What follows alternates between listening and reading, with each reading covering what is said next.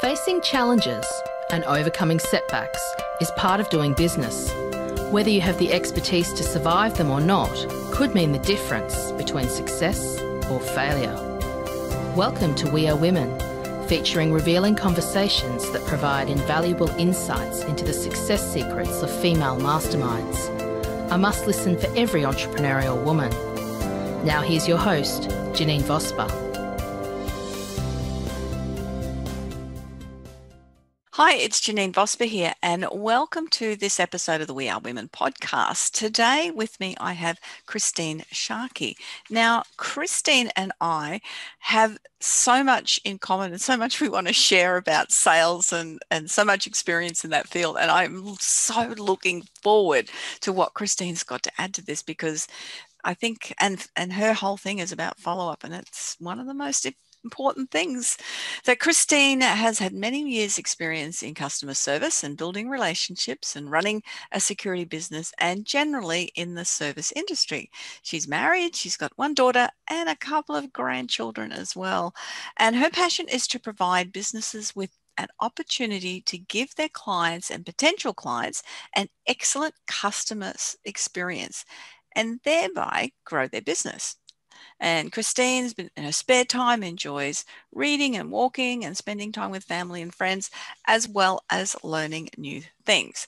Welcome, Christine. That's a very simplified bio from some of the ones that I've read out before, and I'm sure that there is a lot more to that than what that is in there with your years of experience. Welcome. Oh, thanks, Janine. Oh, look, I mean, yeah, how much history do you really want? Do we go back to our 20s or something? No, I'm sure that would be quite boring for everybody. Well, I don't know. You know, it's every step along the way that gets you to where you are, you know, in that period of life. And it's all those learnings that get you to be able to be comfortable. And we're talking about sales and customer service, particularly today, but to be able to be really comfortable and skilled at doing it. I mean, that didn't happen overnight. No, it's like all of us. It's a journey, isn't it? And we take those things wherever we are in life. We take where we're at now and make the most of that the best way we know how. Learn as much as we can. I don't know, maybe some people don't really like learning is what I've kind of found, that for some reason, some people just are happy to sit where they are. And I'm not sure why that is, but I'm not one of those. I kind of go, there is more. And why would we not want the more? So, you know, read good books, surround yourself with good people, you know, have fun, enjoy the journey and learn and grow.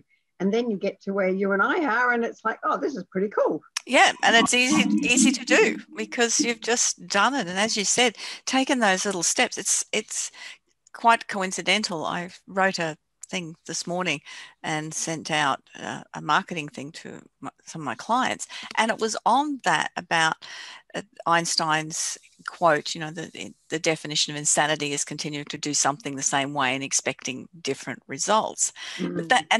And then that was part of that. Also, questioned my clients, what have you learned this year? What goals had you set? And then what steps have you taken to achieve those goals?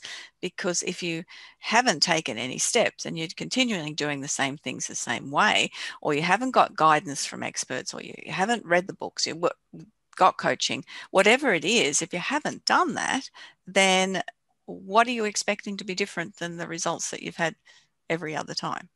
Yeah. Well, that's true. Yeah. I mean, I was never a goal setter when I was younger. I suppose I liked spontaneity. And because I wasn't running a business or anything like that, I was working for other people. I was a single mum. So it was more important for me to be at home when my daughter came home from school than it was to have a career for myself.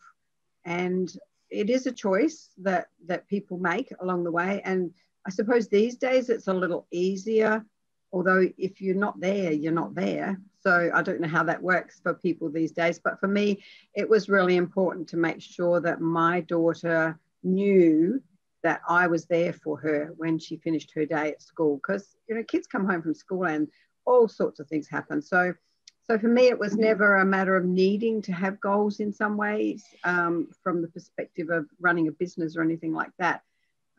So it took me a long time to get to the point where realizing that goals are actually important. And I suppose if I had made some even personal goals back then, I may have been able to start what I'm doing now sooner. But at the time, that wasn't my focus. So yeah, I don't know how people manage that. I think that's always that. It's not just the goal, it's that looking forward and the steps along the way.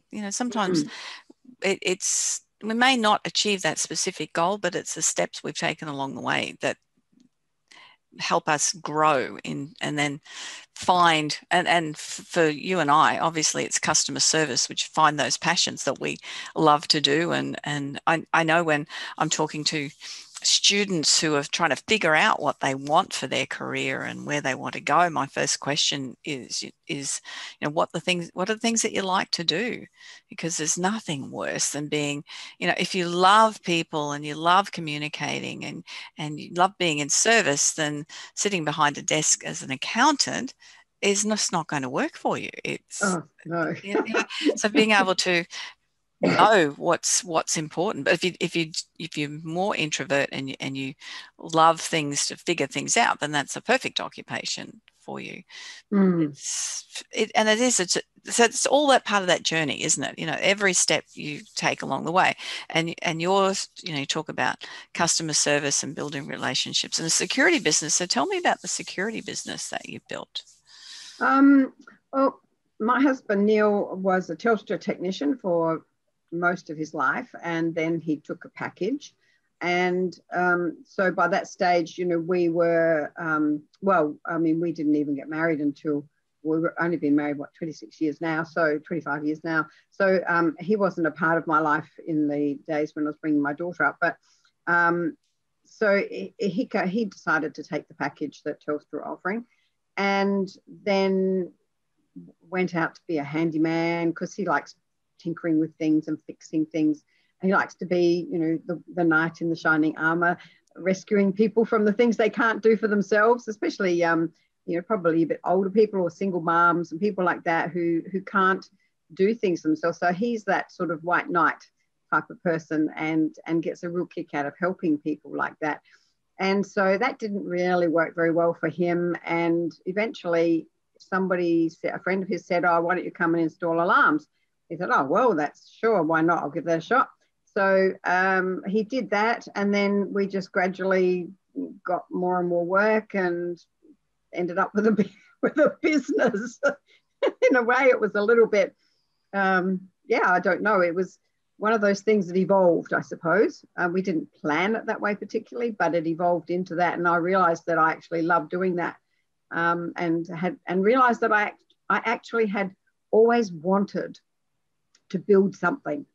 And so that had come out of me, I suppose, during that process that, I really love doing this. And because I was the lead generator and I was the quote follow-upper and things like that. And so, I guess I found my place in really just, phoning people to ask them, is this what you want? This is what we understand you wanted. Is that what you want? Have you got everything you need?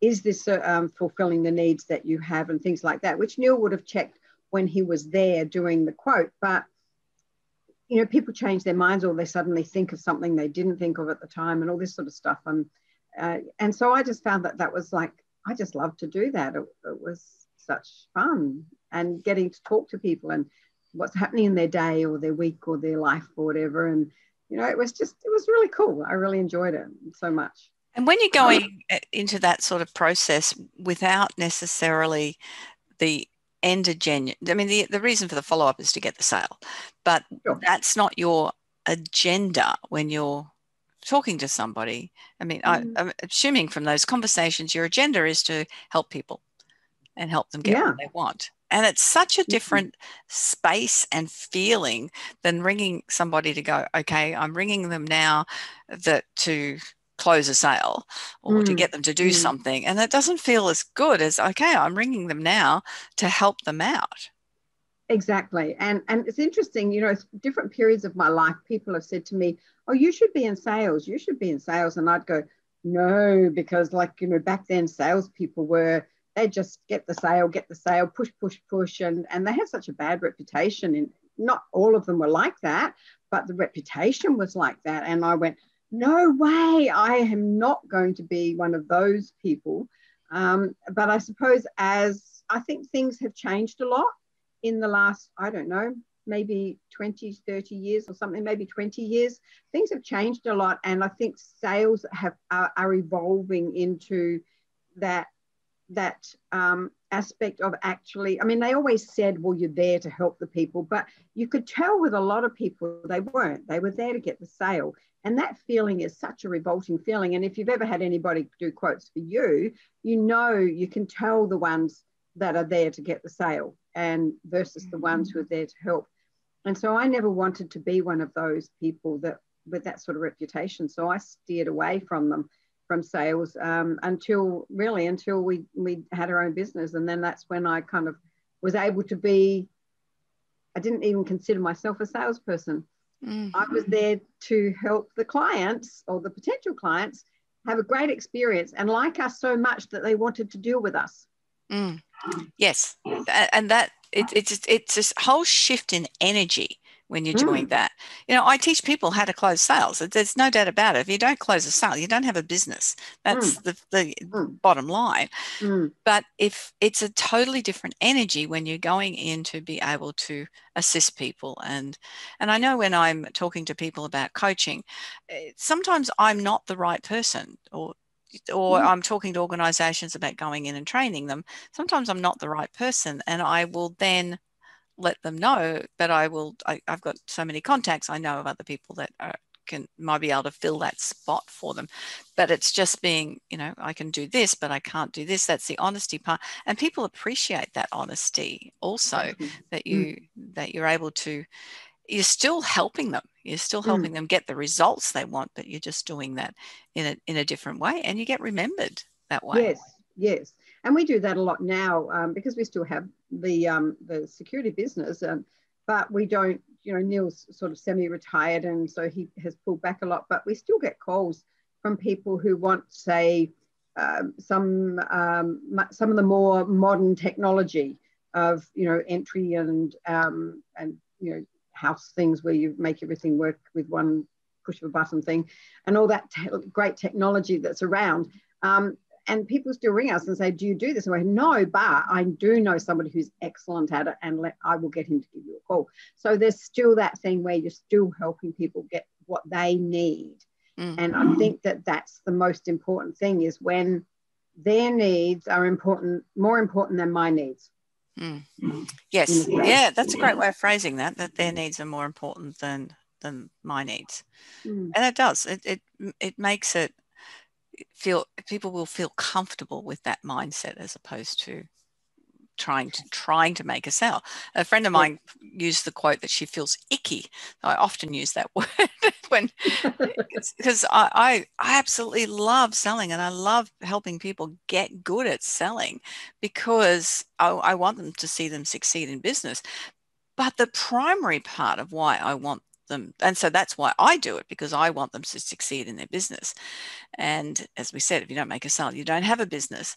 But I want them also to be able to help others, because they usually have a great product or service that they can change people's lives or provide them with exactly what they need. So if they can't sell it, so someone can't buy it, then they're letting other people down. And the first one that's popping into my head, I have a client that sells a product called Bath Calm, which is a phenomenal thing that it even has a QR code that you can play music while you're in the bath, the relaxation music of the thing. It's an amazing product. And if she's not good at getting the information out there, then nobody's going to know about this particular product. So it's so important to be able to love being able to share information about your product. And I think, and what I usually say, it's ego getting in people's way when they don't, because it's all about them. It says, I don't want to do it. I don't want to make people feel uncomfortable. I don't want to be bothering people.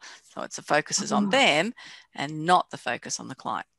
I remember those feelings. Gosh, I hadn't thought about those for a while. But yes, that's exactly right. Like, I didn't want them to feel uncomfortable, and I still don't want them to feel uncomfortable, but it would hold me back. Like, you know, I could say, well, I know that I've got a product or whatever that will be good for them. However, I don't want that salesman reputation of pushy and shoving. And I used to find, it was quite interesting, I used to find that I could more easily sell, say, your product than I could my own. And I think that it's not, I mean, it is ego at the end of the day, because we want to be seen to be a nice person and everybody like us and all those things. And those things are natural for everybody. Everybody wants, well, pretty well, everybody wants to be liked. And if we're having trouble liking ourselves, sometimes it's hard to understand why other people would like us.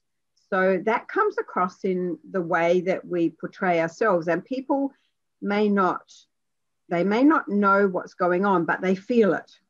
And so when you don't either believe in your product enough, or you don't believe in yourself enough, or you don't actually believe that what you have is really good for people, and you have a problem selling something that you gain from, which I used to have that problem. If I'm going to gain from it, I just couldn't do it. But if I was doing it for somebody else, once again, I'm helping somebody else to grow their business. So now I can do that. So there's a big learning curve. And I think, you know, you've got to surround yourself with real people who, you know, I mean, now I was in MLM things a couple of times, and excuse me, you hear them say the words, and you look at what's going on, and things aren't, I didn't kind of know what was really happening, but I just knew it wasn't right. And I think that when you're trying to sell something where you don't understand or don't feel like whatever's going on in the background of that product or that sale or whatever, so the business, I guess, if you don't feel like that's good and right and proper and real and authentic and all those things, then you can't, if you're one of those people who is all those, you can't do it. You know, I couldn't do it. I just couldn't do it. And I think that's true for most people, Christine, exactly the same thing, that if it doesn't resonate, if it doesn't feel authentic. And I work with a lot of people in multi-level marketing, and I love it when they love the product. You know, they're so passionate about the product, and they just want, if it's, you know, beauty, they just want everyone to look younger. If it's health, they just want everyone to be slimmer and healthier. You know, the reason they're doing it is because they can see that the difference it makes in people's lives, and then they get excited by it. And that's the thing is, when it comes to the sales, is you have to be excited by it. I know there's people that come to me that have said, oh, look, I've been working in sales for years, working for someone. But I'm trying to sell my own product, and I'm so nervous about it. And it's a very, very different feel, because when somebody says no, they're saying no to you personally, and it feels very, very different. And it's very personal sort of, well, why not? You know, what's wrong with it, rather than just move on. It's I know I was GM of a multi-million-dollar first aid supply company, and I used to write all the major contracts, and I would win, you know, most of them, and occasionally I wouldn't win one, and I'd be, well, how did that happen? Because I owned it. It wasn't that I work for them. I owned it, and we go, right, okay. And unfortunately, with all of those, you could appeal or go back to them and say, well, let me know, give me some feedback. And usually we're just dealing with council in the country towns, we want a local supply. There was little things like that made no difference, and it was okay, it's not me. And I knew it wasn't. It just, because I owned it, I really owned it. It wasn't just working for somebody else. It was it was like, okay, how did I lose that one? Yeah. Well, how come I didn't win that one? I'm surprised now. Yeah. Yeah. But it is like that, isn't it? You take it, it's so easy to take it as a personal affront or a personal rejection and things like that, which is why I love doing what I do, because apart from the security, but what I do mainly now, it's because I understand that. I understand why people don't get on the phone to follow up.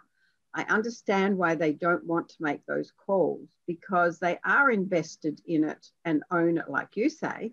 And often it is their own business, so they own it even more so. And it's really hard to hear people say no. And then what do you say when that happens? It kind of is like, yeah, it just kind of freezes you a little bit, and you don't even know hardly how to say, well, why? You can't go, well, why? What's wrong with me? And absolutely, I'm going to ask you more about the follow-up business that you have, but I know that there's things that we've talked about, and there's certain beliefs that we're very passionate about within sales and the whole customer service aspect. So do you want to talk about some of those that talking about people and those aspects of it that comes from that deep place where somebody might feel more comfortable about sales and service and follow up and I think the first premise has to be that people are important. They're more important than power. They're more important than the sale. They're more important than time or control or like anything. They're more important, really, at the end of the day. If we were being really, really able to be really, really authentic and deep about it, it would be that actually other people are more important than me. It's how do you serve people if you're putting yourself first? You can't. You have to have such a desire and understand the thrill of actually helping somebody, and that if that thrill when you help somebody, it's so exciting. It's just one of the best things on earth if you can actually help somebody to get what they want, even if it's not your product, as you said before. To know that they're getting what they're looking for, whether you agree with what they're looking for, whether you think it's right for them, it's got nothing to do with us. That's what they want.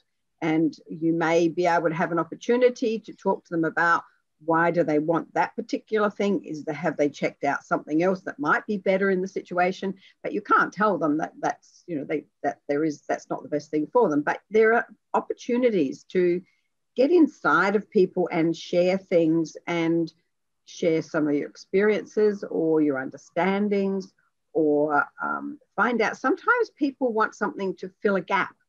They might have some emotional thing going on in their life that they don't know how to deal with. So, I mean, I don't know about everybody else, but I know that comfort eating is an amazing thing. I think most people know about comfort eating at some stage. Yeah. So, what happens if somebody is in a really bad place and they've come and their comfort eating is shopping, for instance, and buying something that they don't necessarily need, but it makes them feel good. So, when we are able to connect with people or pick up intuitively or, just get that opportunity to connect with them in a way that they are then feeling safe to share something with you, they might walk out not buying anything, but how amazing is it if you're able to help them feel better about themselves or the situation, or have more hope or feel encouraged, or all those kinds of things. That's all part of selling as far as I'm concerned, because selling's not about selling's about people. It's about relationships. And that's really, and that's absolutely, perfectly real, isn't it? It's just, it is about people. And that's what I love, particularly, I love running in-person events and where you can really be with people, have real conversations. And that's why I love doing the podcast, because we can have real conversations with people. There's a lot of automated things that we get to, that we do now as well, that sometimes that loses that a little bit, unless you can do what you were just saying, build that connection and tell a story about who you are, and otherwise those automated are just, we know they're automated, don't we? They're not. Yeah, I know, it's horrible, isn't it? Because you can tell, when you don't respond to something that somebody sent you, and 2 days later you get an email says, oh, did you get my whatever? And you kind of go, well, yeah, I did, but I haven't had a chance to talk about it, look at it. But, because you're not my highest priority, quite frankly. And, you're serving your agenda, but I'm not serving your agenda. And so, and then they keep sending you stuff, and you just kind of go, it's all automated. If I actually thought you cared about me and you were actually interested in what was good for me, then I might interact with you on this, but I'm not, because you've just got these automated, when something happens, this happens. When that doesn't happen, that happens. And I get, unsubscribe, quite frankly, unsubscribe, because you don't care. Yeah, that's a really good point, because we get them all the time. And I know I have a weekly blog I send out, and in the blog, I give information or give stories or give value. And then I do ask for things. Click on this if you want something free, or click on this if there's a workshop coming up, or whatever it is. But you have to give to get. And a lot of the people just automatically and look, it's clever. The funnel thing is clever that you do it, and you've really got to hit the mark with that, and still the focus is on the people and solving the problem, not selling something to me, which is, we know when we're being sold to. And in 2021, we want to buy things. If we want to buy something, we'll go online and look at it and research it. We had a guy here selling a product on the weekend. I won't say what it was or the type of product, because that will probably give away what it was. And he was here for 2 hours, and it was a good product, and he's showing us all these things, and it did some awesome things. But at no stage did he ask what. Well, he said, "Oh, how would that work for you?" And he'd say, "That's okay, but I don't necessarily do that or need that," and is a cleaning product, and I don't do the cleaning here. My husband does it, and he's saying, well, I'm not going to do all these extra things. And it was okay, so we don't really need something that does that. And he couldn't get it. This guy could not get that we didn't need some. Yeah, it's great, it's awesome, it does things well, but we don't really need it. And I'm not going to do it. So that's it. So, okay. It was interesting as a salesperson going through the process, and it was so busy demonstrating the product, it missed the mark with the people. And he was chatty and everything, but it was just missed that connection. And because you know what he needs, Janeen. Oh, yeah. Your sales training. He does, and he hasn't followed up. So there we go. He needs your follow-up training, Christine. So maybe between us, we can help him be a much absolutely better person that knows how to care about what people's needs and requirements are, rather than his product. Yeah, absolutely. So tell us about the follow-up, the business that you have, helping people know how to follow up and doing it. You do it for people too, do you? No. Yes. You do. Yeah. Yes. Okay. Yes. So the first thing that I like to do is to actually make sure they've got a system, because I found that most people don't have a system, or if they do, it's got gaps in it all over the place. So have a look at what they do, where does the lead come in, where does the sale take place, and what's in between that. Because once we have a system, we can have efficiency, and we can have training, and we can have all sorts of good things that happen out of having a system and a procedure that is useful in your business. So that's the first step. once we have that in place, or while we're putting that in place, we can still start to do calls and things like that. So I remember we had a patio. We were spending 25 grand or something on a patio at the back of our house. So we had 3 people come in and quote for it, came up, gave us ideas and thoughts and things like that. And so the 3 of them gave us a quote, and we never heard from or saw 2 of them again. That's a $25,000 sale. Mm. And they just didn't disappear. And they'd gone to all the trouble of turning. When I run my webinars, I have a very similar story that I talk about solar for the roof. That was a $10,000 sale. Yep. And didn't hear from 2 companies again. I even waited before we made a decision and went, well, at least this company cares enough about me to give me a call back. Yes. So yes, he got the sale. Yes.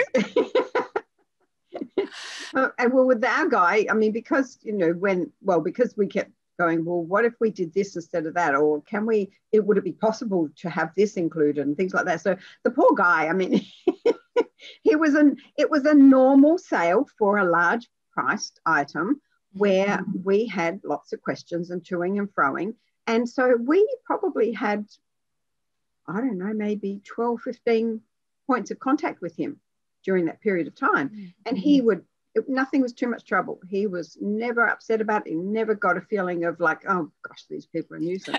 he may have said that when you hung up, but he might have. But he didn't demonstrate it. No, he didn't. He did not. And he didn't even exude it. Like, sometimes you could pick it up, but because he had to come over 2 or 3 times as well in that. So, so obviously he got the work because we could tell he was interested. He actually wanted the work. So, and those others, when you think about it, to go and drive out, do a quote, spend the time there, finding out what's needed, going back to the office or wherever, and then eventually, and putting the quote together, which then takes a lot of time on some of those bigger products as well. And then to never, ever make contact with that person, it's half a day's work. If you're working at $100 an hour, you've lost $400 and you haven't even bothered to follow it up and find out if you can get the job. It's like crazy. I find it absolutely crazy. And look, people can blame time and they're busy, but you've got to allocate time. Now for me, tomorrow morning, I've got a whole window of about 3 hours, and it is follow-up time I'm doing a time analysis study, and I'm putting that as actually business sales, because that's what it is. Absolutely. Yeah. But the thing is, quite often, and in some businesses it may be more, it may be efficient enough to be able to do it once a week, but like sometimes if there are other people following up as well, if you leave it for a week, you could have lost the sale in that time. Yeah, depending on the business. Absolutely. Yeah. And especially if the people didn't answer, they didn't answer, you've left a message, they're not going to get back to you. Quite frankly, they're not. Most of them don't. I have clients that say, look, I've rung and they've left a message and they're not getting back to me. Oh, guess what? They won't. They won't. I had one plumber, when I said to him, well, do you follow up? And he said, well, no, they're supposed to ring me and tell me if they want me to do the job or not. I went, what? You're kidding me. He was upset because people are so rude. They don't ring him back and say, we don't want you to do it, or we do want you to do it. I went, oh my goodness, you have so much to learn. Absolutely. Don't do that. So then we can take on the following up of the quotes themselves for people who are doing quotes. And I'm a bit of kind of a nice stalker. I stay with it until they say, we're not using you, go away, whatever. But I don't do it every day. You don't stalk them every day. But, spreading it out over what's a reasonable and decent period of time to make sure that the contact is trying to at least still be there. If they don't answer, I keep leaving a message saying, that's all right, I'll get back to you. Maybe I'll give you a call maybe next week and see how we go, see if we can touch base or get together then or whatever. Don't use touch base much, but so it's that just letting them know that you are there. Yeah, and that way you stay front of mind, that they're not Mm-hmm. going to, if someone else comes along with a bright, shiny object, they're not going to necessarily jump at that instead of you, because that you're forgotten. They're going to then go with someone else. With my reps, I used to, we sold first aid, but we also sold big ticket items like defibrillators and those type of things. And, they'd go into a business and they'd see that the business that they'd been coming in to service their first aid and look after them for 10, 20 years had just bought a defibrillator. And then they complained to me that company's bought a defibrillator and they hadn't come to them. And I said, well, did you ever tell them that you sold defibrillators? And did you ever give them a quote? And then did you ever follow up a quote for and somewhere along the process, the follow-up was what was missing, and they did that on a $3,000 sale because they haven't even asked, haven't asked, or they haven't followed up if they have asked. And I remember one company that was a government organisation, so they took ages to make a decision, but it was hundreds of thousands of dollars worth of defibrillators, and so every 2 weeks I would call the same person and did that for 6 months. Eventually, when they bought it, she was so committed to me and felt so bad if they had gone anywhere else that they bought it through us. And I would just go, hey, Christine, I can't remember her name now. Hey, Christine, it's Janeen here from Alpha,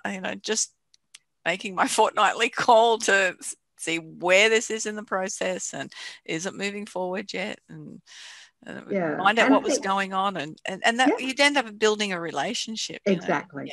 Exactly. That's right. And sometimes, I've had owners say to me, oh, look, I don't even know where this one is. This was, 6 weeks ago, that we've probably lost it. And I'll follow it up for them and find, well, the people, the mum died or something, and, or the cat or the car or the whatever, or, something's happened in their lives that they've gone, look, this is just such a low priority right now, and put it in the back burner. But and so how good is that when, if you're following up regularly and something like that happens, you can first of all be compassionate and understanding and caring about how awful that must be for them, and do whatever it is that needs to be done in that you naturally would do in caring for somebody. And then you're able to go, look, that sounds like it's going to be a bit of a long haul. What about if I just give you a call in about 3 months and just see how you're doing? I mean, there's one lady, she had the most awful pneumonia or something. When I rang her, she was so sick. And I just said, look, don't worry about it. I'll give you a call in 3 or 4 weeks to see how you are. Not to see how the sale is, to see how you are. Yeah. Because, like she was really, really sick. And it's that kind of thing, is that building relationships and showing that you care as a human to a human, that gets you. And you don't do it, it sounds awful, but you can teach people to do that, but you can't teach them to care. And people notice the difference. So if they don't genuinely care, if they're not genuinely concerned about that person because they're so unwell, then they will pick up on that. And so there has to be some sense of that. Once again, it's that what she needs right now, what that person who's sick needs right now, is so much more important than my sale. She needs somebody to feel for her, to care about her, and things like that. And so those are the things. You can't teach that, but you can educate on it and hope that people will start to pick up on it. Yes. And maybe it's about how they feel about themselves as to whether they care as much or not. That's an interesting point about some people caring and others not necessarily. Having that as probably a bit innate within themselves as to, but again, it's that liking people. It comes back to putting people first and liking people. I think. Definitely. Definitely. I remember I followed up one time, and this young woman, I was selling gym wear, and I used to go around the gyms. I was an aerobic instructor for 10 years as well. So when I was there, I'll go around the gyms and I'd lay out gym wear, take an order, come back in 4 weeks, and it would be made to their specifications with their fabric. I've rung this one woman this one time, and she's answered the phone. She said, I've just had a car accident. I'm in the ambulance. Oh. And I said, okay, that's fine. We'll cut off the conversation now. It's, oh, okay. So what do you want? I said, don't worry about it. Oh gosh. Oh my goodness. Yeah. But it is a time-consuming process. It's a very time-consuming process, and you can't, in my experience, it's very difficult to, even though you're able to do it perhaps but it's quite difficult to go, well, I'll just sit down on one day a week and do that. Because like I said, people don't answer. So you actually need to try them again in a day or two and just see if you can get them then. And if you're trying to do it amongst other things, then it's extremely disruptive to your workflow. Yeah. You lose half an hour every time you want to change jobs from, change focus in your work and so forth.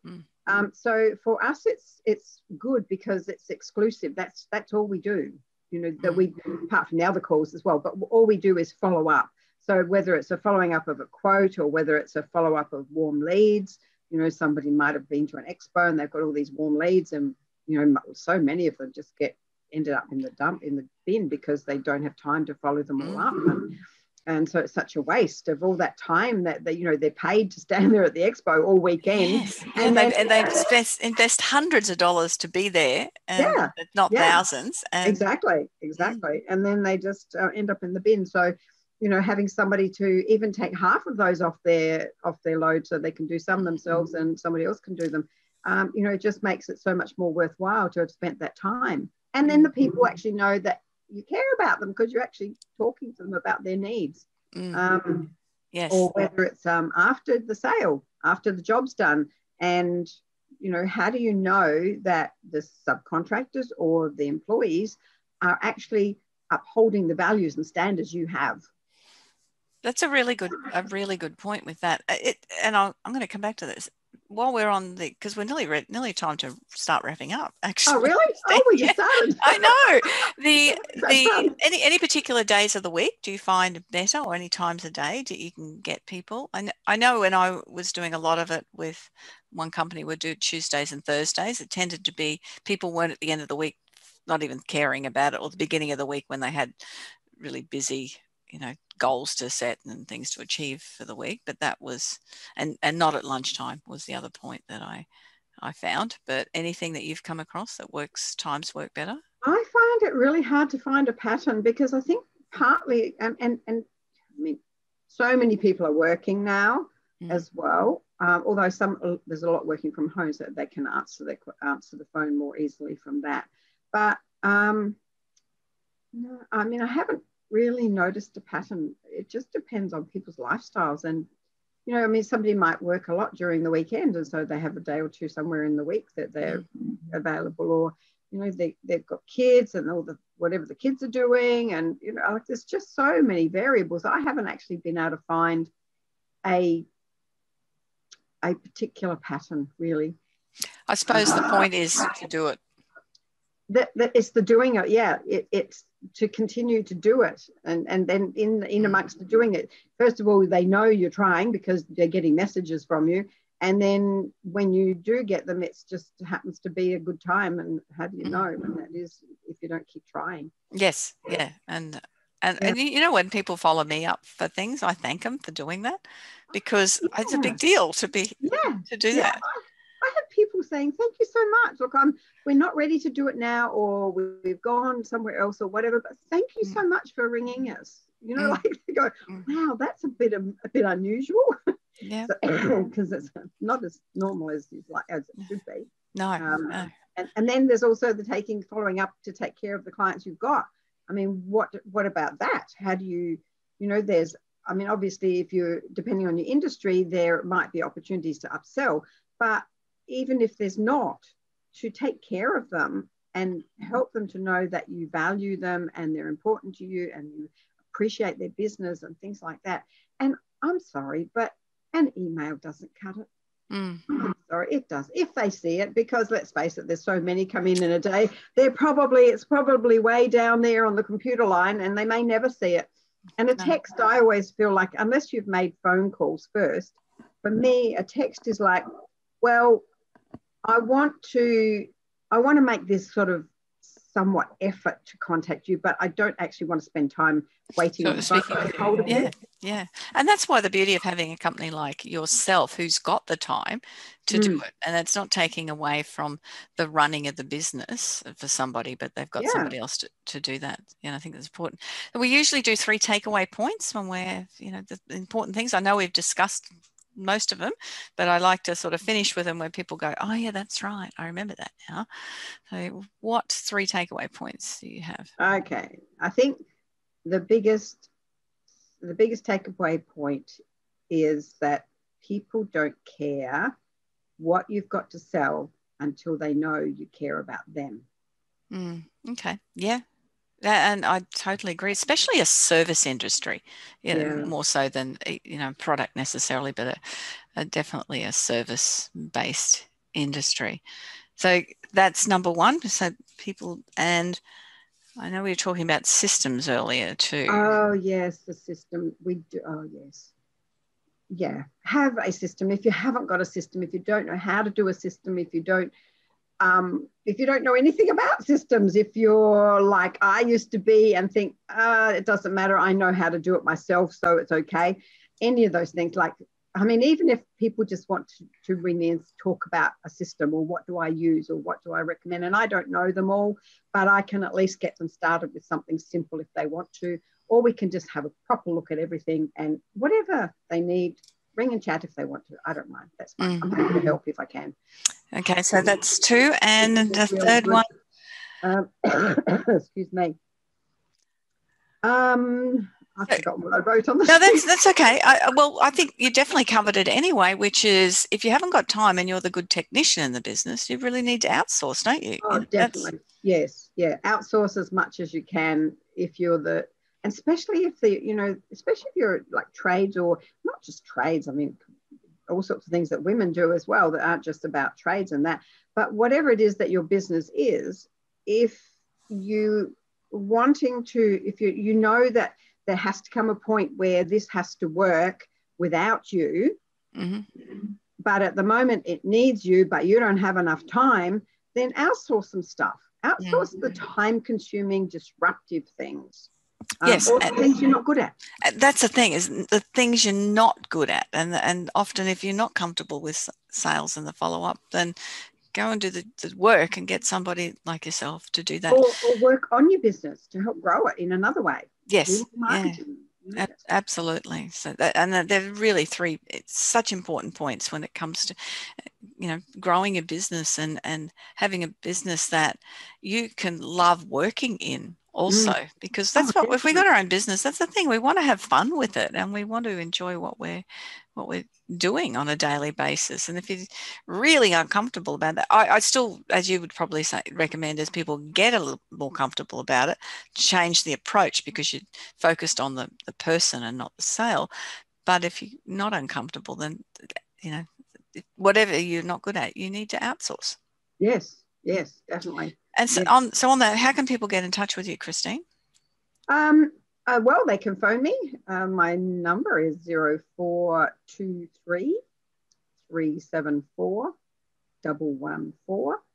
They can email me, Christine, at quoteconvert.com.au, or my website is quoteconvert.com.au.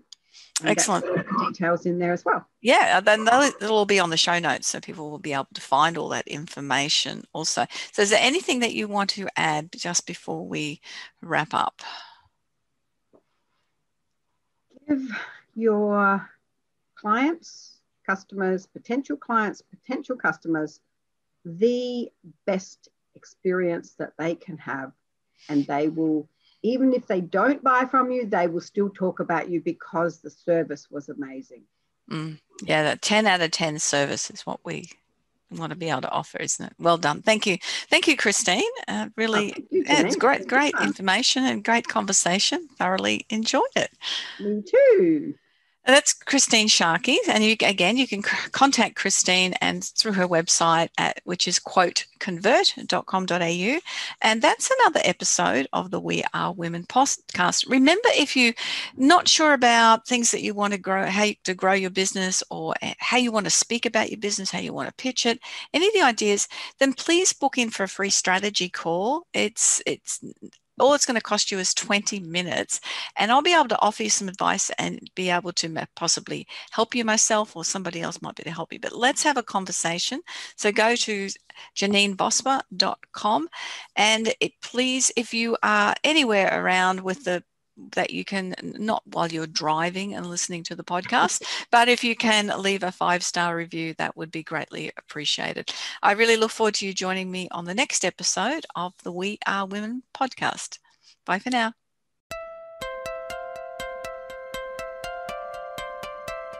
So, do you feel stuck in a rut in business?